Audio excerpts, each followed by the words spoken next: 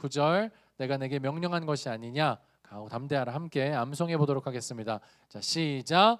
내가 내게 명령한 것이 아니냐 강하고 담대하라 두려워하지 말며 놀라지 말라 내가 어디로 가든지 내 하나님 여호와가 너와 함께 하느니라 하시니라. 아멘. 아직 이제 3월달 지나고 4월달 조금 어색한데 더 여러분들이 잘 입에 익숙하게 되어서 툭 치면 내가 내게 명령한 것이 툭 치면 나올 수 있도록 강하고 담대하라 두려워하지 말고 놀라지 말라 툭 치면 나올 수 있는 그날까지 저희가 암송하겠습니다. 자, 사사기의 말씀 오늘 15장입니다. 오늘 우리에게 주시는 사사기의 말씀인데요.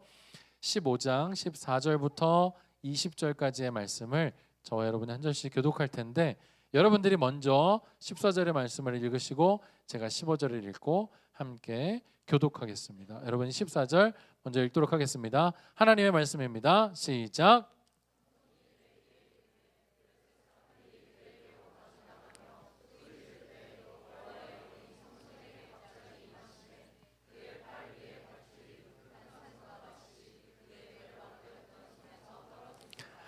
삼손이 나귀의 새 턱뼈를 보고 손을 내밀어 집어들고 그것으로 1000명을 죽이고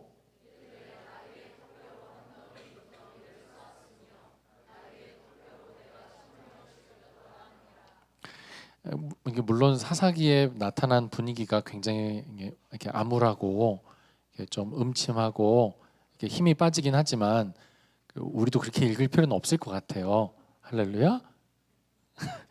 자, 17절. 그가 말을 마치고 턱뼈를 자기 손에서 내던지고 그곳을 라맛 레히라 이름하였더라. 심히 목이 말라. 감사합니다.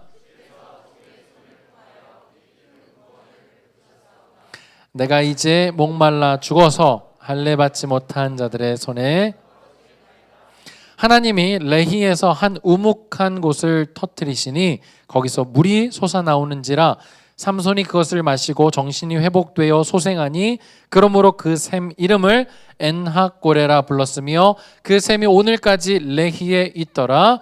블레셋 사람의 때에 삼손이 이스라엘의 사사로 20년 동안 지냈더라. 아멘. 아멘. 자리에 앉겠습니다. 오늘 네 번째 시간 사사기의 네 번째 시간 평범한 사람들의 비범한 이야기. 우리는 평범하지만 우리를 들어 쓰시는 하나님이 비범하시기 때문에 우리의 삶에 쓰고자 하는 하나님의 이야기는 비범한 이야기라는 것을 다시 한번 기억할 수 있기를 바라고요. 오늘 그 네 번째 시간으로 사사 삼손에 대한 이야기를 한번 해보도록 하겠습니다. 성경 말씀의 본문으로 들어가기에 앞서서 한 가지 여러분 공감대가 되는 이야기를 한번 좀 드릴 텐데 여러분 이런 말씀 들어보신 적 있죠? 호랑이는 죽어서 가죽을 남기고 사람은 무엇을 남겨야 된다? 이름을 남겨야 된다는 이야기를 굉장히 어릴 때부터 우리가 들어왔지요. 여러분 그래서 우리는 어디를 가든지 이름을 남기기 위해서 애를 씁니다. 관공서라든지 관광지 가든지 이런 데 가면 여러분 이름을 남기지요. 누구누구 왔다 감 얼레리 꼴레리 누구누구 하트 누구누구 뭐 이런 식으로 여러분 이거 비단 우리나라뿐만이 아니라 세계 어디를 가든지 여러분 세계의 언어로 자기의 이름을 남기는 모습들을 보게 돼요. 근데 사실은 여러분 사람이 이름을 남겨야 된다는 건 이런 뜻이 아니지요. 여러분 이렇게 남기는 이름이 아니지요. 사람은 이름을 남기기 위해서 많은 사람들이 살아가고 있는 것 같아요. 자기의 이름을 후손에게 자기의 이름을 주변에 있는 사람들에게 알리기 위해서 특별히 내가 죽더라도 내 이름은 남는 것이 가문의 영광이고 내가 가문의 영광을 빛내는 길은 이름을 내는 것이다 라고 생각하기 쉽습니다. 하지만 여러분 이런 생각이 성경적으로도 맞을까요? 여러분 창세기 11장을 보면 바벨탑 사건이 나오면서 사람들이 바벨탑을 쌓는 이유가 뭐냐면 우리의 이름을 내자라는 것이었어요. 우리가 흩어지기를 면하고 우리가 모여서 우리의 이름을 내자라는 것이 인류의 수건 사업이자 유일한 목적이었습니다. 그런데 하나님은 기뻐하지 않으셨어요. 우리의 이름이 드러나는 것보다 하나님의 하나님 되심이 드러나지는 것, 특별히 이스라엘 백성이나 선택한 백성을 통하여서 하나님이 나타나지는 것이 그 백성을 향한 하나님의 뜻이었는데 정반대로 우리의 이름을 내고자 하는 인간의 탐욕과 욕심이 하나님의 마음을 굉장히 아프게 했다라는 것이죠. 근데 어떤 면에서는 우리가 그렇게 살고 있는 것 같아요. 여러분, 어떤 면에서는 우리도 이름을 내기 위해 애쓰고 수고하는 것 같아요. 여러분, 우리가 좋은 대학을 가는 것, 좋은 직장에 취직하는 것, 좋은 사람과 결혼하여 좋은 가정을 이루는 것, 이 모든 것들이 사실 어떤 면에서 보면 우리의 이름을 내기 위해 하고 있는 것은 아닌가? 우리의 인생의 궁극적 목적을 이름을 내는 것으로 의미를 찾고 있지 않은가라는 생각을 한번 던져보았습니다. 그래서 여러분, 심심치 않게 하나님의 이름보다는 우리의 편안함과 우리의 인생의 안전을 위해서 살아가고 있는 모습을 멀리서 볼 것도 아니라 나 스스로에게서부터도 찾아볼 수가 있다는 것이죠. 그런 우리의 삶에 오늘 삼손의 이야기는, 아니 전 사사들의 이야기는 던지는 메시지가 굉장히 크다라고 볼 수 있습니다. 그 가운데에 오늘 더더군다나 삼손의 이야기는 우리에게 던지는 시사하는 메시지가 굉장히 분명하고도 정확하다라는 것을 오늘 깨닫게 됩니다. 그럼 오늘 이 삼손의 이야기에 던지는 메시지가 무엇인지를 한번 들어가 보도록 할게요. 이전에 있는 사사들의 시대와 삼손의 시대가 조금은 다른 양상을 보여주고 있는데, 그 가운데 가장 다른 부분은 뭐냐면 블레셋의 통치를 받고 있는 이스라엘 백성이 그 안에서 편안한 것처럼 보인다는 것이죠. 그들의 통치에 순응하며 세상과 타협하고 살아가는 모습이 보여요. 그래서 이스라엘 백성에게 있어야 할 부르짖음이 보이지 않는다라는 것이에요. 구산 리사다임, 두 배나 악한 왕에게 통치를 받으며 괴로워왔던 이스라엘의 부르짖음, 또 에글론에게, 또 하솔 왕 야빈에게 여러분 통치를 당하며 학대를 받았던 이스라엘 백성들의 부르짖음은 이 시대에는 보이지 않는다는 것이죠. 오히려 영적으로는 더 세상에 타협하며 이제 하나님이 없는 것처럼 살아가는 우리의 모습을 이렇게 나타내 보여주고 있는 것이 아닌가 생각을 해보게 됩니다. 그 가운데 등장한 사사 한 명, 삼손이에요. 근데 여러분, 이 삼손은요, 술을 좋아하고 여자를 좋아하고 잔치를 좋아하고 자기가 하고 싶은 것은 무엇든지 막힘없이 하는 인물이에요. 여러분, 우리가 하고 싶은 건 다 하고 살지 못하잖아요.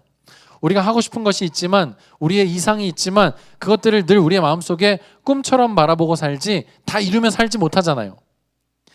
근데 여러분, 이 삼손이 가지고 있는 의미가 바로 이것이에요. 삼손에게는 힘이 있었습니다. 그 어떤 누구도 갖지 못한 힘이 있기 때문에 이 힘을 가지고 자기가 소원하고 원하는 것들을 하나도 남김없이 다 하며 살아가는 삶의 전형으로, 모델로 삼손이 등장하고 있다는 것이죠. 오늘 읽은 우리 15장의 내용도 삼손이 좋아하는 여인과의 결혼 이야기 때문에 발단되어진 결론이에요. 이야기를 한번 좀 들어가 보겠습니다.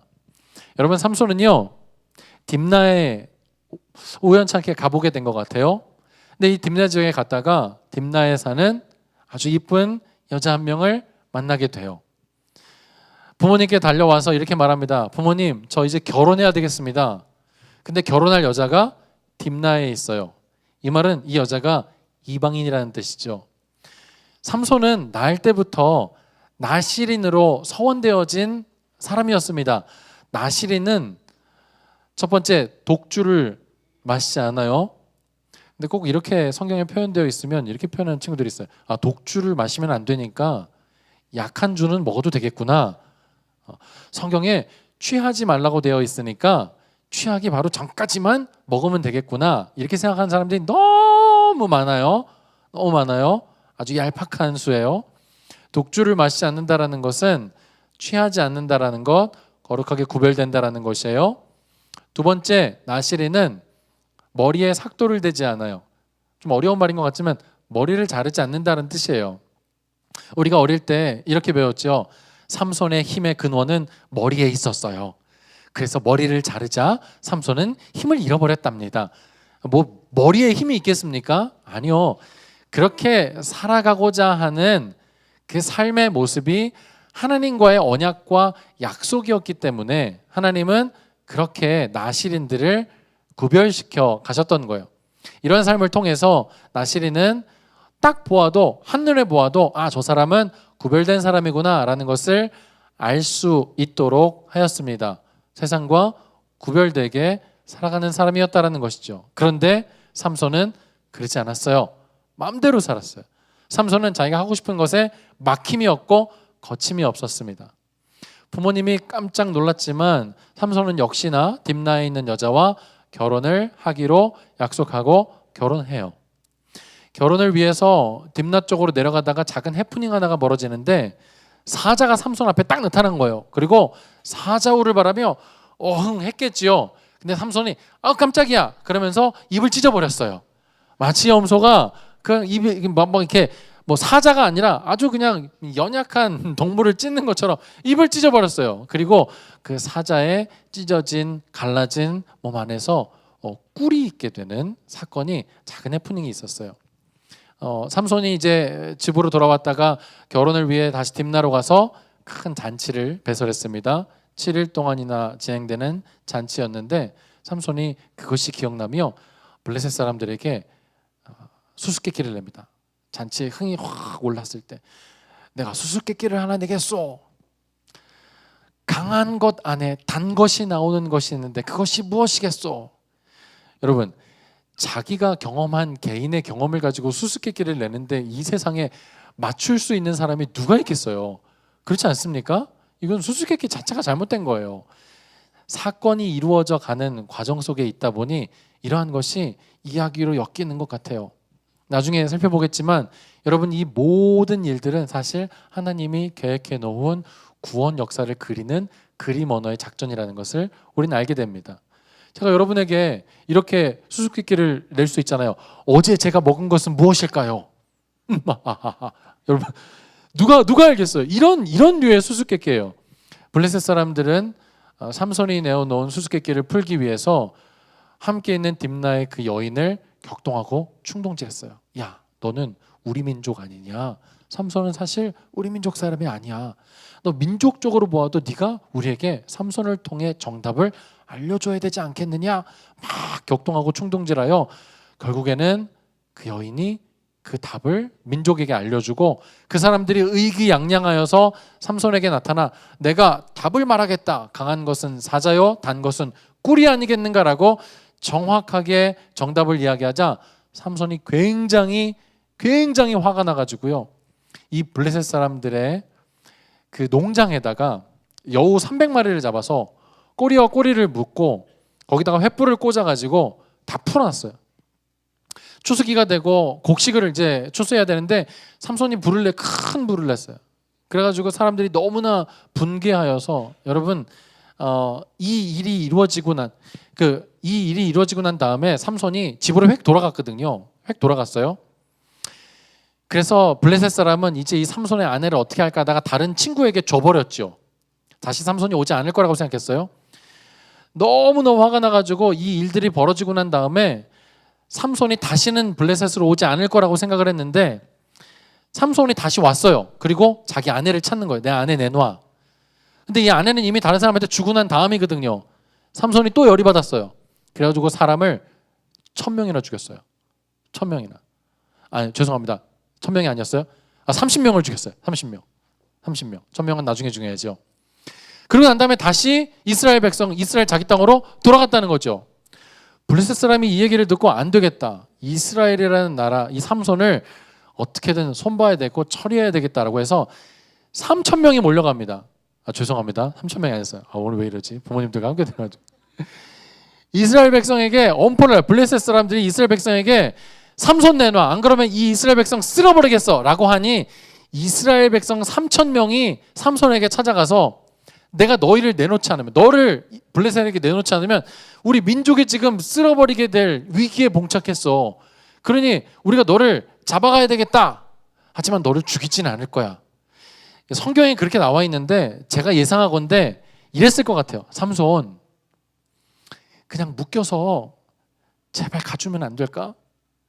네가 안 가면 우리가 죽을 것 같아. 막 가가지고 묶어라. 삼손 어디 있냐? 이게 아니라 삼손 가면 안 돼? 가주면 안 될까? 뭐 이렇지 않았을까라는 생각을 한번 해보게 돼요. 어쨌든 삼손이 오케이 해서 새로 아무도 사용하지 않은 정말 단단한 그 밧줄을 가지고 삼손을 꽁꽁 묶었어요. 그리고 블레셋에 내어두고 이제 삼손이 블레셋으로 잡혀가는 중에 레히라는 지역에 이르렀을 때 오늘 우리가 읽은 일들이 일어나게 되는 거예요. 그 지역에 갔을 때 하나님의 영이 갑자기 삼손에게 탁 임하면서 그 꽁꽁 묶었던 밧줄이 마치 불탄 삼처럼 불타 흐느러지게 없어지는 것처럼 흐르륵 흘러내리더니 그때 레히라는 지역에, 이 레히라는 말은 턱뼈라는 뜻이거든요. 레히의 지역에서 삼손이 새로운 레히를 집었어요. 나귀 턱뼈를. 그리고 블레셋 사람들의 레히를 가격하며 이때 1000명이나 죽였다는 거죠. 여러분, 새 턱뼈라고 되어 있는 건 사실 불가능하다는 거예요. 단단하게 굳지 않았기 때문에 새로운 턱뼈는 무른 턱뼈를 뜻해요. 그래서 이걸 가지고 사람을 치면 턱뼈가 부러지지 사람이 죽지 않아요. 그런데 이 비상한 일들이 지금 삼손의 손에서 하나님의 계획대로 이루어지고 있다는 것이죠. 왜 제가 자꾸 이 삼손의 이야기를 하나님의 계획이다, 하나님의 계획이다 이야기를 하냐면 오늘 성경 14장 4절을 보면 이렇게 표현되어 있어요. 14장 4절을 보면 그때에 블레셋 사람이 이스라엘을 다스린 까닭에 삼손이 틈을 타서 블레셋 사람을 치려 함이었으나 그의 부모는 이 일은 뭐냐면 딥나 여자와 결혼하겠다라는 이 일이에요. 이 일이 여호와께로부터 나온 것인 줄을 알지 못하였더라. 딥나에 있는 여인과 함께 결혼하게 되는 이 첫 단추부터가 사실은 하나님이 계획해 놓은 작전이었어요. 그리고 지금 그 끝에 결말로 블레셋 사람들 1000명을 죽이게 되는 일들이 꼬리에 꼬리를 물고 일어나게 됐다는 것이죠. 근데 재밌는 건 뭐냐면 그럼 삼손이라는 사람이 의로운 사람이 되어 블레셋을 심판하고 징계하며 하나님 편에 서 있느냐? 그게 아니라는 거예요. 오늘 삼손은 오롯이 자기의 힘을 과신하며 자기가 좋은 대로 지금 행하고 있다는 것밖에는 성경에서 보여주지 않아요. 더 나아가서 오늘 그 레히에서 이 레히를 붙잡고 레히를 가격하여 1000명을 죽이고 난 다음에 그 모든 상황들이 자기에게 얼마나 영광스럽게 여겨졌던지 그 지명을 라맛 레히라고 이름을 바꾸었어요. 라맛 레히는 턱뼈의 산, 턱뼈의 언덕이라는 뜻이에요. 그리고 그 위에 우뚝 서서 내가 이렇게 위대한 사람이다라고 자신의 이름을 지금 삼손은 높이 내며 칭찬하고 있다는 것이죠. 질문 한 가지 드릴게요. 여러분, 사람이 하나님이 주신 힘으로 자기의 이름을 내며 모든 영광을 자기에게 돌리고 있을 때에 하나님이라면 어떻게 하셔야 될까요?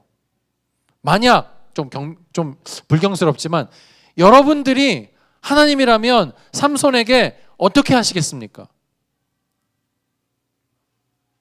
제가 만약 하나님이라면 마른 하늘에 갑자기 벼락 같은 거 하나를 잘 만들어서 일단 삼손의 동서남북에 하나씩 꽂아놓고 두려움과 공포 가운데 떨게 하며 아, 하늘이 있구나라는 것을 기억하게 하고 난 다음에 이 번개 하나를 살짝 스쳐서 이 광대뼈 옆을 살짝 지나게 하여 피가 주르륵 흘러내리면서 회개의 자료로 그를 부를 것 같아요. 아주 고도에 아주 각도를 잘 정하. 이게 너무 팍 맞아버리면 죽어버리니까.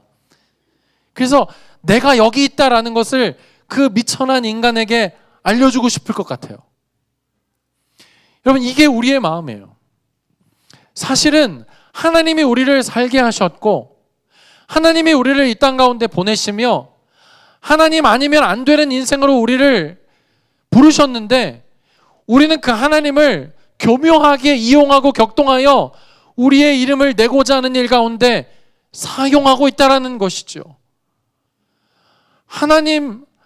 여러분, 이사야서의 말씀을 보면 하나님이 우리를 창조한 목적은 이 백성은 나를 위하여 찬송하기 위해 지었다라고 표현하고 있는데 우리는 하나님의 이름을 찬송하기보다 우리의 이름을 찬양하고 누군가가 우리의 이름을 칭송하기를 원하는 마음을 가지고 이 땅에 목적과 가치를 두고 살아가고 있다라는 것이에요. 그런 삼손의 모습은 여러분 우리의 모습과 너무나 흡사하게 닮아 있다라는 것이죠. 그런데 오늘 하나님이 선택하신 방법은 이 라맛 레히, 여러분 인간이 그 지명도 바꾸고 이름도 바꾸고 그 턱뼈의 산 위에 내가 서 있음으로 인하여 나의 이름을 만천하에 알리겠다라고 말하는 그 라맛 레히에서 엔하골에, 여러분 이 뜻이 뭐냐면 부르짖음의 샘인데 엔하골에가 터져나오게 만드셨다라는 것이죠. 재밌는 것은 삼손이 그 언덕 위에서 서서 자기의 모든 영광을 받을 때에 갑자기 목마름을 느낍니다. 그냥 목마름을 느끼면 되는데 목말라서 오늘 여러분들이 읽은 대로 죽게 되었다라고 성경은 표현하고 있어요. 그렇죠? 이것도 참 독특한 표현인데 18절에 보면 삼손이 심히 목이 말라 여호와께 부르짖어 이르되 주께서 종의 손을 통하여 이 큰 구원을 베푸셨사오나 내가 이제 목말라 죽어서 할례 받지 못한 자들의 손에 떨어지겠나이다.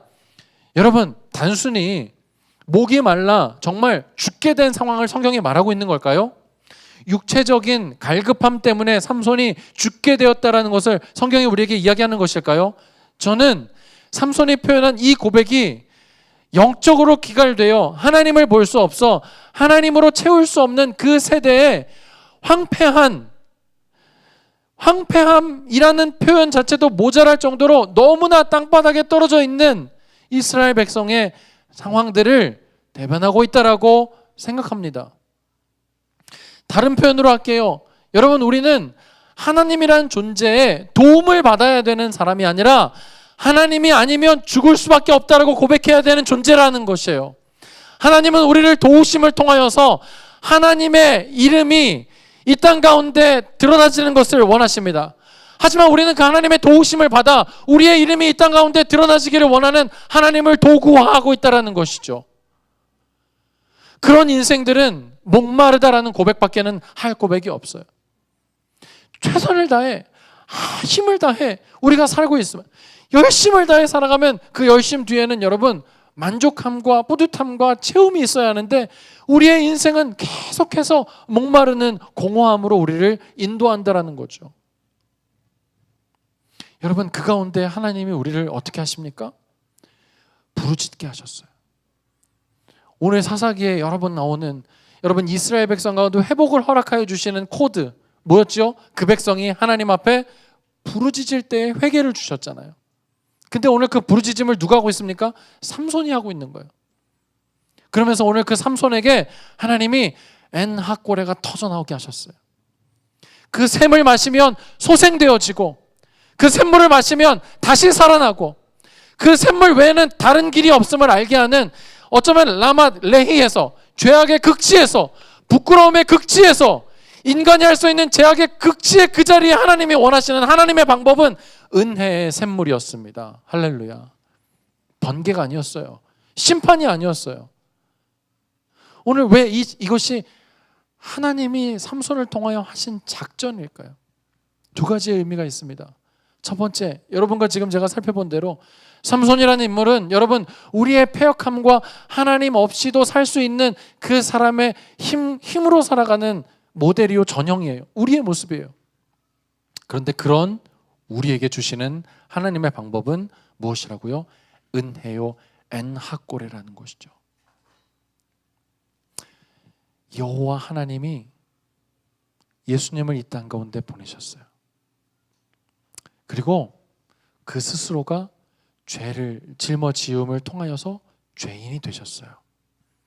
그리고 그 죄인의 모습으로 십자가에 달려 죽으심으로 그 옆구리에서 물과 피가 쏟아져 나오고 터져 나오는 엔하골에가 터져 나오면서 우리는 살게 되었습니다.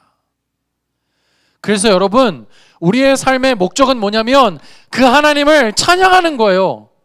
우리의 삶의 이유는 뭐냐면 그 하나님을 높이며 영광 돌리는 거예요.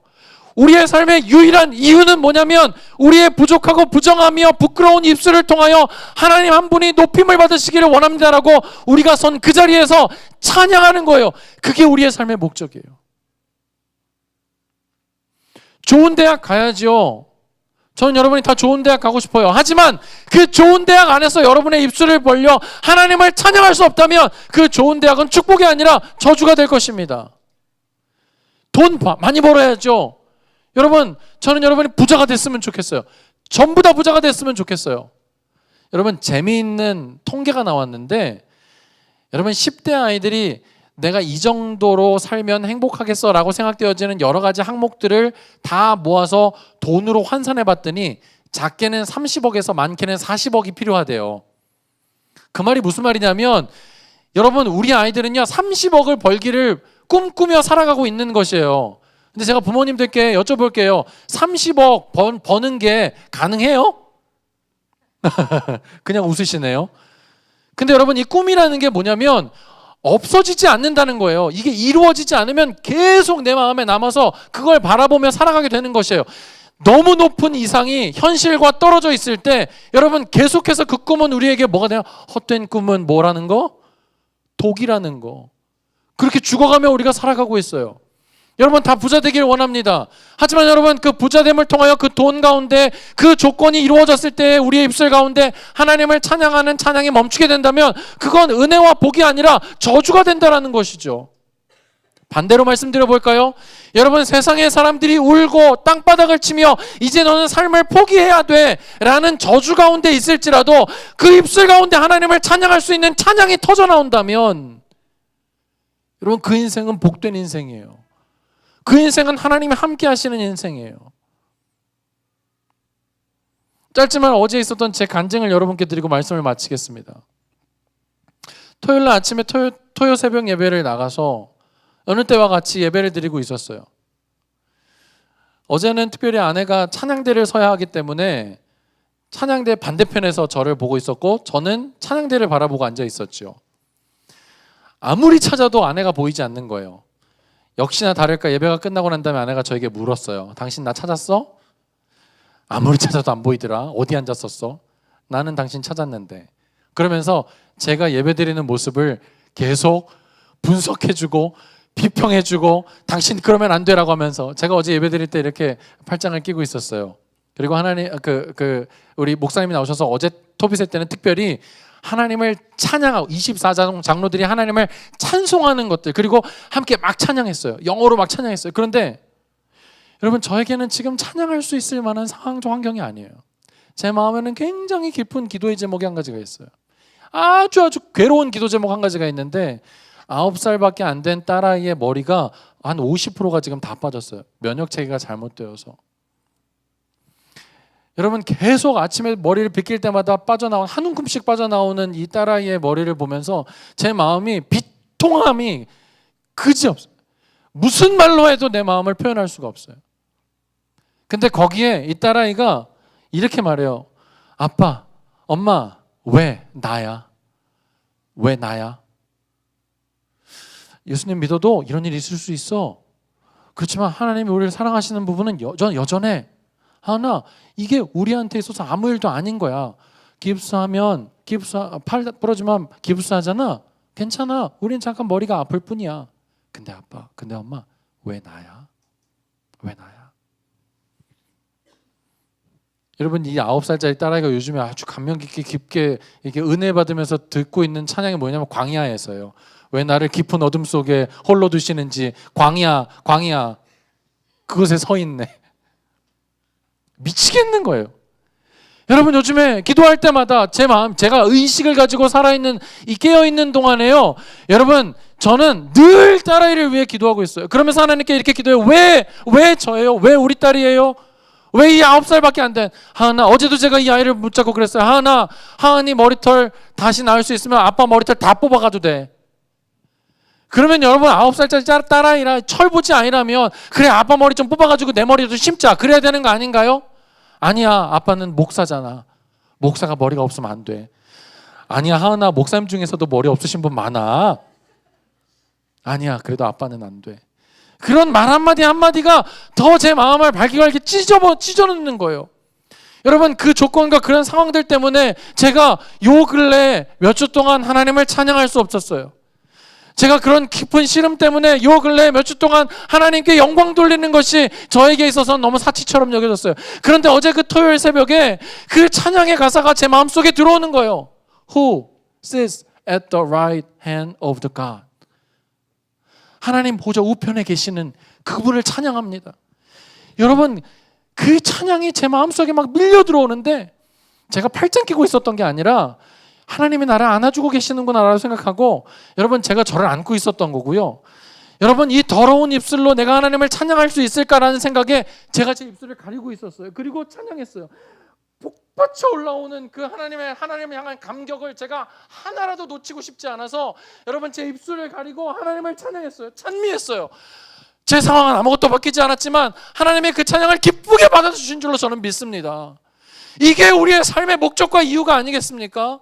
그리스도인으로 살아간다는 게 뭐예요? 우리의 이름을 내는 거 아니에요. 여러분, 우리의 상황은 이보다도 더 안 좋은 상황으로 갈 수도 있어요. 하지만 그게 어디든지 간에 그 자리에서 우리가 하나님을 찬양할 수 있다면 그 인생은 하나님이 함께 하시는 인생인 줄로 믿습니다. 라마 레이에서 엔하꼬레가 터져 나오는 인생이라고 저는 믿습니다. 여러분, 지금 이 고3, 제가 단언컨대 라마 레이와 같은 곳이에요. 구조의 악함과 우리의 욕심과 탐욕과 정말 이루 말할 수 없는 그 세상의 인본적인 모든 것들이 다 있는 시기가 저는 고3이 아닐까라는 생각이 들어요. 두렵고 떨리고 절망되고 그 어떤 것도 위로가 되지 않아요. 그 어떤 말도 위로가 되지 않아요. 그런 우리의 삶에서도 하나님은 여전히 엔하꼬레가 터져 나올 수 있도록 우리에게 은혜를 주신다는 거예요. 이게 우리의 삶의 목적과 이유예요. 대학의 여부, 부자의 여부, 우리의 나이의 여부, 인생의 여부, 강하고 약함의 여부, 키가 크고 작음의 여부, 잘생기고 못생기고의 여부, 다 떠나서 우리의 삶의 이유와 목적은 하나님을 찬양하는 거예요. 여기에 영원한 가치가 있다는 것이에요. 그 찬양이 하나님을 사랑하게 만들고 그 찬양이 이웃을 사랑하게 만드는 거예요. 그래서 우리의 삶의 목적은요, 성경에 나와 있는 대로 그것이에요. 하나님 사랑, 이웃 사랑. 하나님 사랑, 이웃 사랑. 오늘 라마 레이에서 터져 나오는 엔하꼬레를 바라보며 여러분, 우리가 이것을 깨달아야 돼요.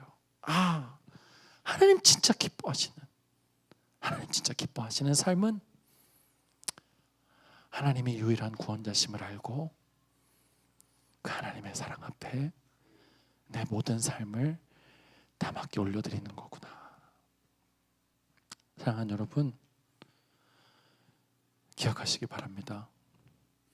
여러분, 우리는 우리의 이름을 내기 위해 살아가는 사람이 아니라 우리에게 이름을 새겨주신 그 하나님을 높이며 찬양하며 살아가는 자들이라는 것을, 어떠한 상황 속에서도 우리의 찬양을 그 어떤 누구도 빼앗아갈 수 없음을 여러분 꼭 기억하시고, 우리의 삶의 아름다운 스토리가 노래가 되어 그분 앞에 영광스럽게 올려지는 삶 되기를 주님의 이름으로 축원드립니다. 아멘. 우리 잠시 한번 좀 기도하도록 할게요. 우리 기도하고 우리 잠시 부모님이 또 함께 축복하는 그런 블레싱 타임을 좀 갖도록 하겠습니다. 이 시간 먼저 기도할 때 우리 말씀을 기억하며 기도하면 좋겠어요. 라마 레이, 부끄러움에, 죄악에, 수치에 극치였던 그 현장에 엔하꼬레가 터져나와, 부르짖음의 샘이 터져나와 우리가 다시 한번 하나님 때문에 소생되어지고 화해되어지고 회복되어지고 다시 하나님의 영광과 기쁨과 찬양 가운데로 나아가게 될 줄로 믿습니다. 우리 그런 마음을 가지고 함께 이 시간 말씀을 기억하며 기도하는 시간 갖도록 하겠습니다. 기도합니다. 살아계신 하나님 아버지, 오늘 이 시간 기도합니다.